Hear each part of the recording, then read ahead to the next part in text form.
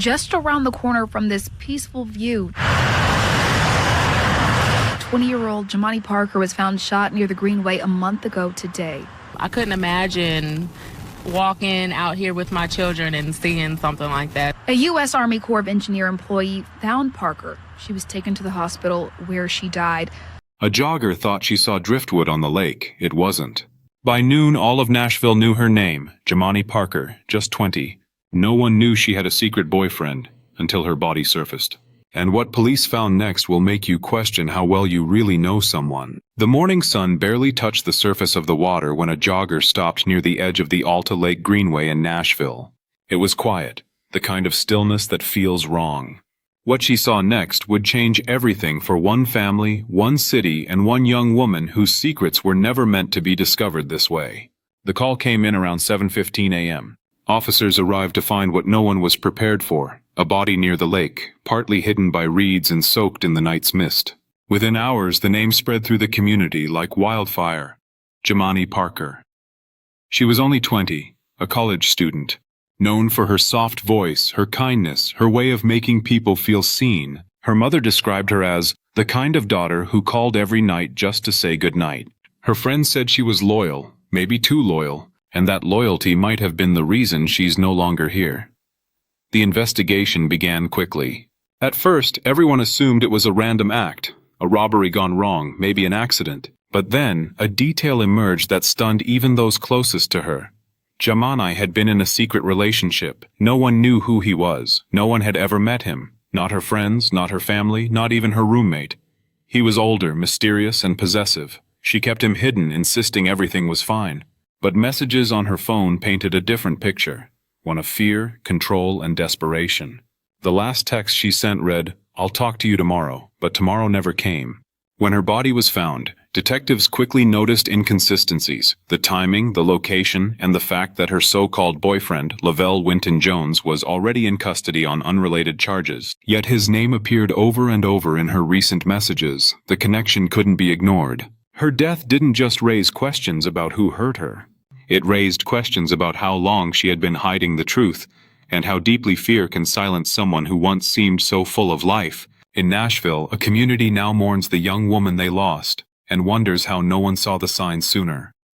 She was loved, she was careful, but love can make you trust the wrong person. Nobody knew she was dating him, until her body was discovered by the lake. What else was she hiding, and how long had she been afraid? If this story already chills you, subscribe now, because what happened to Jamani could happen to someone you know, and silence never saves. Before her name became a headline, Jamani Parker was simply a 20-year-old girl chasing her dreams in Nashville, Tennessee. She was known for her warmth, her smile, and a presence that seemed to make people feel at ease. She didn't seek attention. She wasn't the loudest in the room, but wherever she went, people remembered her. She grew up in a close-knit family that believed in love, hard work, and faith. Her mother often said Jamani was the calm in the storm. She never liked conflict. She preferred to keep the peace. Even when life became overwhelming, balancing college, work, and friendships, she found ways to stay grounded. At Tennessee State University, Jamani studied with quiet determination. Her dream was to work in social services, to help young women find confidence in themselves, something she herself was still learning to hold on to. Her professors described her as dependable and insightful, the kind of student who lifted others rather than competed with them. But behind her steady presence was someone learning to carry her own weight in silence. Her life seemed full. But there was one part of it no one knew about. Around early 2024, she began seeing Lovelle Winton-Jones, a man 15 years older than her. He was 35, confident, persuasive, and intense. He wasn't part of her world. He had no ties to the university. His background was something she kept vague when people asked. When her roommate once saw his name flash on her phone and asked, "Who's Lovelle?" Oh, Jamani brushed it off with a laugh. "Just someone I'm talking to, nothing serious." But it was serious. Lovelle had a past that raised red flags, a criminal record, violent tendencies, and a reputation that would have terrified her family. Yet to Jamani he appeared caring at first, protective, even charming. He knew what to say to make her feel understood, wanted, special. And for a young woman who'd always been the one supporting others, that kind of attention felt powerful. But soon, the protection became control. Her friends noticed changes. The once open Jamani grew guarded. She stopped sharing details about her day. She started canceling plans, skipping hangouts, and replying to texts hours late, sometimes not at all. Her best friend Maya later said, "It was like she was disappearing slowly." She'd smile, but it wasn't the same. The shift was subtle but clear. She started dressing differently, less colorful, more neutral. Her phone was always face down, and she stopped posting pictures on social media altogether. At first, her friends assumed she was just busy with school or tired from her job, but deep down they knew something wasn't right.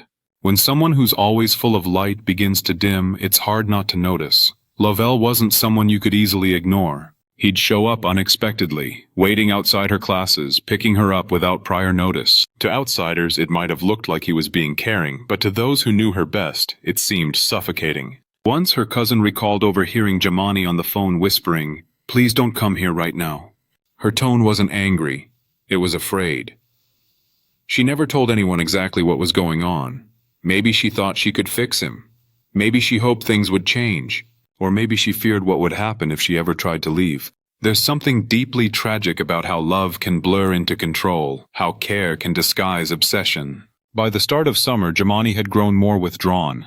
She'd talk less, eat less, sleep less. Friends invited her out. She made excuses. Her mother asked if she was okay. She said she was just stressed about school, but the truth was buried under fear and silence. Every time she tried to pull away, Lovell found a way to pull her back in. He'd apologize, promise to do better, remind her of the moments that once felt real. He convinced her no one else understood her the way he did. It's a story as old as heartbreak itself, manipulation masked as love. The dual life she lived became exhausting. The cheerful student everyone admired versus the terrified young woman hiding bruises no one could see. On July 13, 2024, she texted one of her friends, "I'll talk to you tomorrow." Those were her final words to anyone outside that secret world. The next morning, her body was found near the Alta Lake Greenway, the same path she'd walked many times before. But this time, she wouldn't be walking home. If you've ever seen a friend change overnight, don't ignore it. Subscribe and stay aware. You might save someone's life before it's too late, because sometimes love hides danger. And sometimes the person everyone loves the most is the one silently begging for help. What kind of love needs to be hidden? The last 72 hours of Jamani Parker's life began quietly. Too quietly for someone who had always tried to keep up appearances. On the surface, it looked like a normal week. She had just finished a summer class assignment, texted a friend about meeting up that weekend, and called her mom to say she loved her. Everything seemed fine. But beneath the calm, things were starting to unravel. On July 10, 2024, Jamani was seen leaving her part-time job at a local cafe around 7 p.m. A co-worker recalled she seemed distracted, glancing at her phone between orders, her smile tight and forced. Later that night, her best friend Mia texted her, a casual message. "You good?" Jamani replied with a simple, "Yeah, just tired." That was the last full conversation they would ever have. By the next day, her replies grew shorter. A few words, then nothing at all. At 2:41 p.m., she texted another friend. "He's mad again." No context, no follow-up.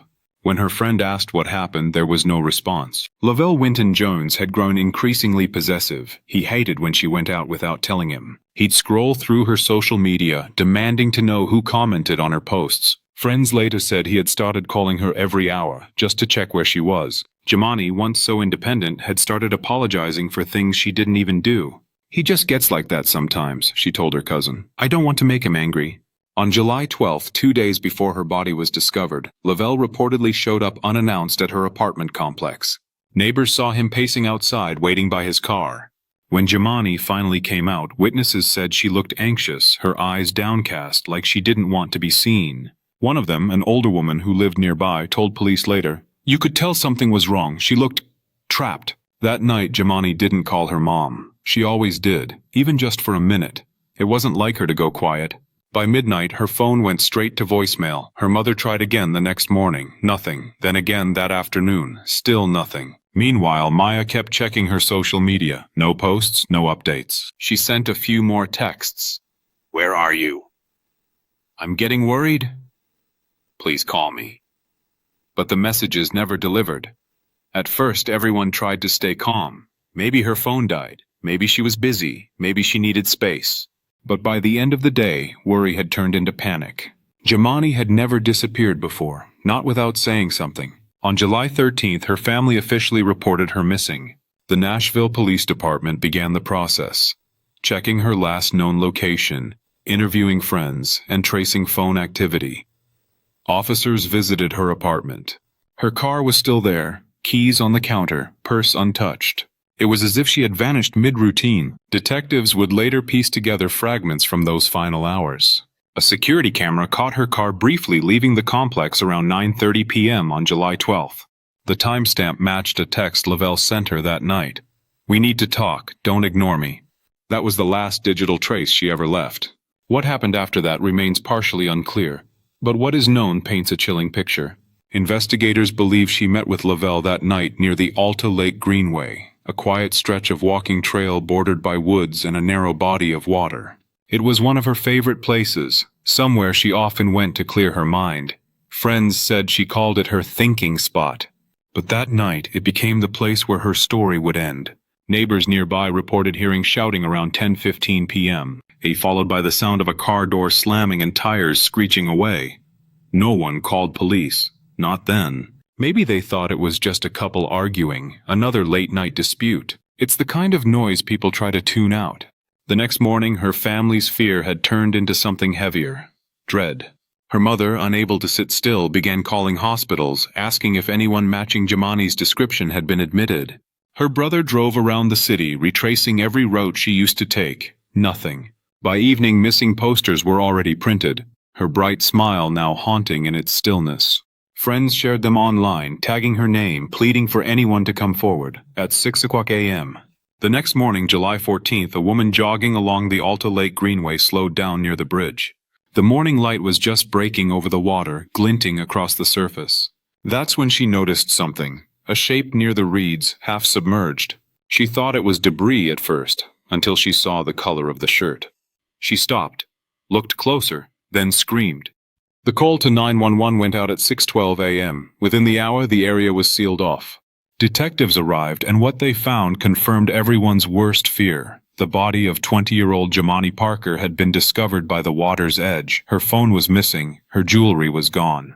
But the fear etched into her final moments told a story that silence never could. Her family was notified later that day. Her mother collapsed upon hearing the words. Her best friend couldn't even finish reading the text message.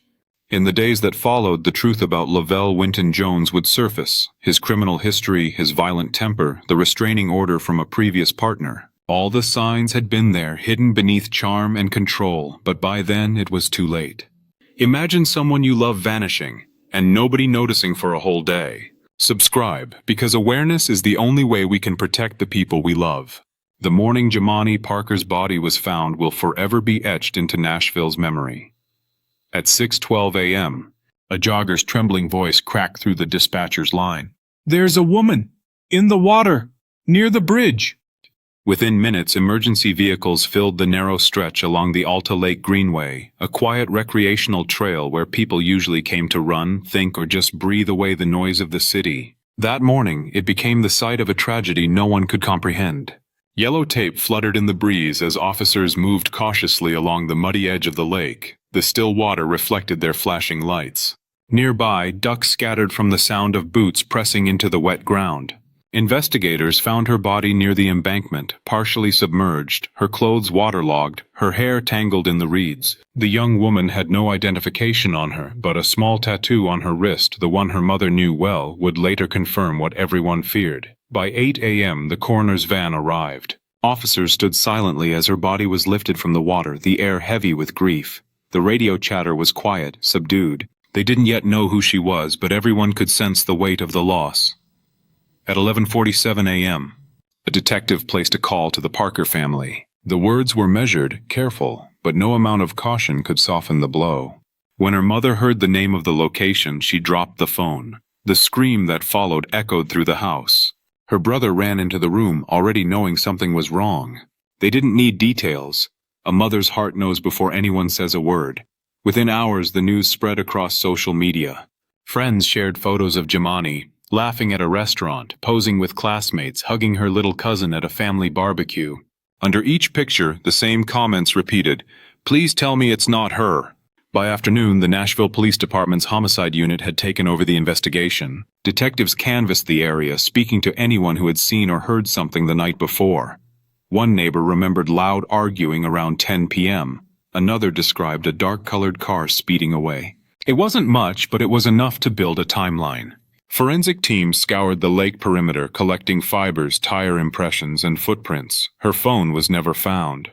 But when detectives pulled her call records, a name appeared again and again: Lovelle Winton-Jones. When they entered his name into the system, something unexpected came up. Lovelle was already in custody. He had been arrested just 3 days earlier on unrelated assault charges. At the time of Jamani's disappearance, he was sitting in a county jail cell, booked on a domestic violence charge involving another woman. It seemed impossible. How could he be connected to Jamani's death if he was already behind bars? That question would become the turning point in the case. Investigators soon learned Lovelle and Jamani had been in a secret relationship for nearly 8 months. He was 35 years old, 15 years older than her, with a history that Jamani had tried to keep hidden. Records showed multiple arrests: domestic assault, possession of a firearm, and violating restraining orders. He had a reputation for charm that turned to control, affection that turned to rage. Friends later admitted they had no idea she was dating him.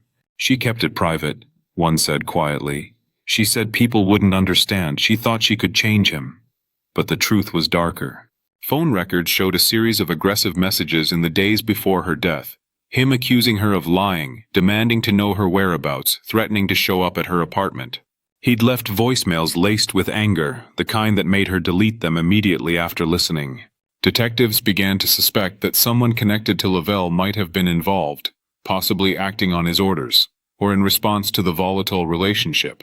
They requested interviews with his acquaintances, former partners, and anyone who had contact with him during his final days of freedom. Then came the autopsy. The medical examiner's report confirmed 2 gunshot wounds, one to the shoulder, another to the chest. The trajectory suggested a close-range encounter, likely face-to-face. There were also signs of a struggle: bruises on her wrists, defensive wounds on her arms. She had fought back. Time of death was estimated between 10:00 and 10:30 p.m. In the same window, witnesses reported hearing shouting by the lake. Lovelle's name reemerged as the primary suspect. Despite being in custody at the time of her discovery, investigators believed he could have committed the act before his arrest, possibly late on July 12th. Just hours before police detained him for the unrelated assault. The timing fit. He'd been arrested at 1:20 a.m. on July 13th, only a few hours after the last time Jamani was seen alive. When detectives confronted him with the evidence, his phone activity, messages, and the witnesses who placed his car near the lake, he showed no emotion. He simply said, "I don't know what you're talking about." But everyone in that room knew he did. As more evidence surfaced, a pattern of control and violence unfolded. Previous girlfriends described similar behavior: manipulation, stalking, sudden outbursts of anger. One of them had filed a restraining order after he allegedly followed her to work for weeks. The warning signs had been there for years. Jamani had seen glimpses of it but tried to believe he would change. She defended him when friends expressed concern, saying he just needed understanding. She didn't realize she was falling into the same cycle his past partners had barely escaped. When her mother spoke to reporters, her voice broke. "My daughter had so much life ahead of her. She trusted the wrong person. She thought she could love him into being better." The case stirred outrage across Nashville, not only because of how she died, but because of how preventable it was. Domestic violence advocates pointed out that her story echoed countless others, young women silenced by fear, convinced that love meant endurance. In the weeks that followed, investigators built their case. Ballistics linked the bullets found in her body to a weapon registered under Lovelle's name. Witnesses placed him near the scene. And though he continued to deny involvement, the evidence spoke louder than his words. By August 2nd, prosecutors officially charged Lovelle Winton-Jones with first-degree murder, possession of a firearm by a convicted felon, and tampering with evidence. His mugshot appeared on every local news station. The same man who once told Jamani she was his everything. When asked if he felt remorse, he said nothing. Her family attended every court hearing, her mother clutching a photo of her daughter, a reminder that Jamani was more than a name in a headline. She was a dreamer, a student, a daughter who wanted to make a difference. What haunted everyone most wasn't just how she died, but when. He was already in custody before she was found. He sat in a cell while her family searched for her. He remained silent while they begged for answers. The question lingered. Was it guilt that kept him quiet or something even darker? If stories like this shake you, don't just scroll. Subscribe to help us uncover what others try to hide. Every click helps keep victims like Jamani remembered. The truth came together slowly like pieces of glass scattered across a cold floor. Sharp, painful, and impossible to touch without bleeding. Over the following weeks, Nashville detectives began to reconstruct Jamani Parker's final hours. Every phone call, text message, and eyewitness account painted a clearer picture of how love turned into terror. The timeline was precise. On the evening of July 12th, Jamani left her college apartment around 8:30 p.m. She told her roommate she was going to meet someone real quick. That was the last time she was seen alive. At 9:42 p.m., her phone pinged near Alta Lake Greenway, the same area where her body would be found the next morning. Minutes later, messages between her and Lovelle Winton-Jones stopped abruptly. What followed was silence. Witnesses later recalled seeing a dark-colored car parked near the entrance of the trail. Another jogger remembered hearing a woman yelling, followed by 2 loud pops echoing through the night. The gun he used was later found discarded behind a dumpster near his cousin's house. Ballistics confirmed it was the same weapon that took Jamani's life. As the truth emerged, so did the community's outrage. Hundreds of people gathered at Nashville's public square park holding candles, photos, and handwritten signs. Some read "Justice for Jamani." Others carried messages for women everywhere. Love shouldn't hurt. At her vigil, her mother stood before the crowd, her voice trembling but firm. "My daughter didn't die because she was weak. She died because she believed in love and someone used that against her." Her words cut through the quiet night. For many, it was the first time they saw the story for what it truly was. Not just a tragedy, but a pattern. A pattern of ignored warnings, unreported threats, and a system that too often failed to protect young women until it was too late. Domestic violence advocates called for change, stronger protection laws, better monitoring for repeat offenders, and improved early warning interventions for victims in abusive relationships. Local college organizations began hosting awareness workshops, using Jamani's story as a lesson in recognizing manipulation before it turns dangerous. The justice process was underway. Lovelle Winton-Jones was indicted for first-degree murder, firearm possession, and obstruction of justice. Prosecutors argued the case was built on overwhelming evidence, messages, eyewitness accounts, and ballistics all linking him to the scene. In court, his expression remained hollow. He refused to look at Jamani's family. He said nothing when the judge read the charges. Her mother cried quietly, holding a folded piece of paper, Jamani's acceptance letter to her dream internship. She had been planning to start it the following week. She wanted love, her brother said softly. He gave her silence. The story spread beyond Nashville. News outlets across the country began covering Jamani's case as part of a rising number of intimate partner homicides. Her name joined a list of women who had trusted someone they thought they knew, and paid the ultimate price. The police admitted what many already knew in their hearts. The system had failed her. She had never filed a report, never told anyone how bad things had gotten. Maybe she was scared, maybe she still believed he would change, but the truth came out too late. As the community processed the investigation's findings, one haunting question remained. What if the warning signs had been seen sooner? Silence. It's the one thing that always lingers after tragedy. In Jamani Parker's case, silence didn't just follow her death, it led to it. Her friends said they noticed small changes, the way she checked her phone nervously, the way her laughter became quieter over time. Her family said she grew distant, more private, as if she was protecting someone, or protecting herself. Those were the red flags. The ones so many of us overlook until it's too late. Her story is more than a headline. It's a warning. Because abuse doesn't always start with bruises. It starts with control, with secrecy, with isolation. It grows in silence, and that silence can kill. If there's someone in your life who seems to be pulling away, don't wait for them to ask for help. Reach out. Ask questions. Listen. Sometimes one conversation can save a life. If Jamani's story touched you, subscribe right now, not for the algorithm, but for awareness. Because every view, every click, keeps her memory alive. Every share makes sure her story doesn't fade into the noise of the internet. And if you won't subscribe, tell us why in the comments. Because silence protects no one, and even your words can make noise for justice. Jamani's name now stands as a reminder. Love should never have to be hidden, and no one should have to die to be believed. In Nashville, by the water where her story ended, her voice still echoes. Not in sound, but in silence that warns us all.